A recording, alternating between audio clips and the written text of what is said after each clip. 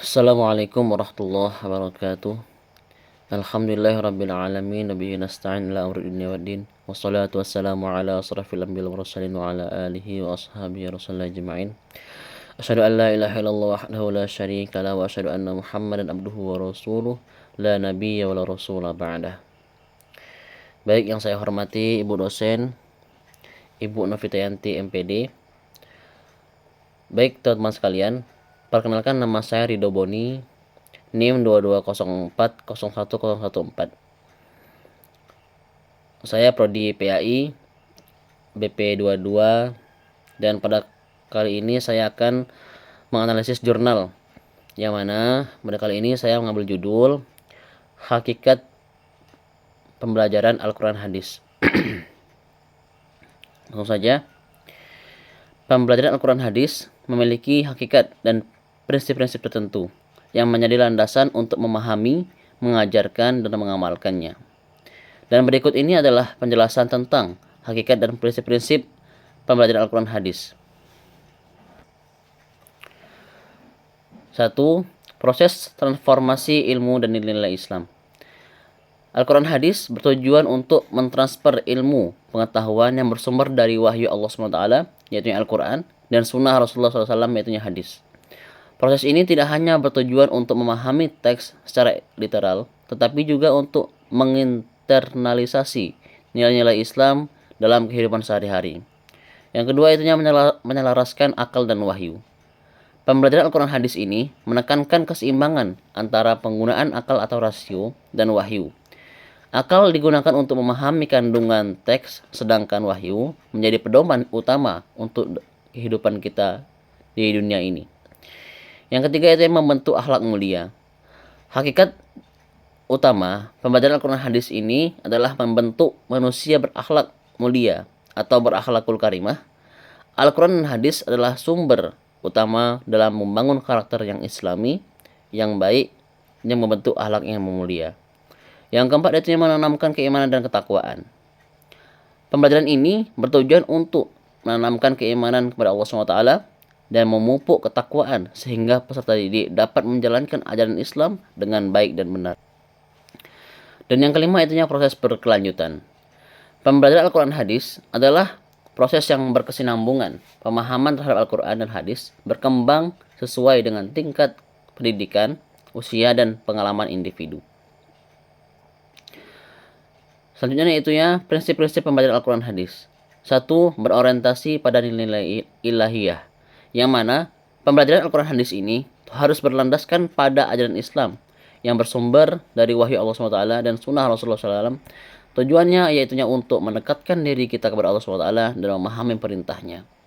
Yang kedua itunya berkesinambungan atau tadriji, yang mana pembelajaran Al-Quran Hadis ini dilakukan secara bertahap, mulai dari pengenalan dasar, penguasaan keterampilan membaca, hingga memahami makna dan kandungan teks, dan hal ini bertujuan untuk sesuai dengan metode wahyu yang diturunkan oleh Allah SWT secara bertahap-tahap.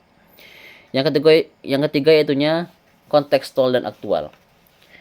Prinsip ini menekankan bahwa pembelajaran Al-Quran Hadis harus relevan dengan permasalahan kehidupan, yang mana peserta didik diajak untuk mengaitkan ajaran Islam dalam Al-Quran dan Hadis dengan konteks kekinian atau modern. Yang keempat yaitu prinsip pengulangan dan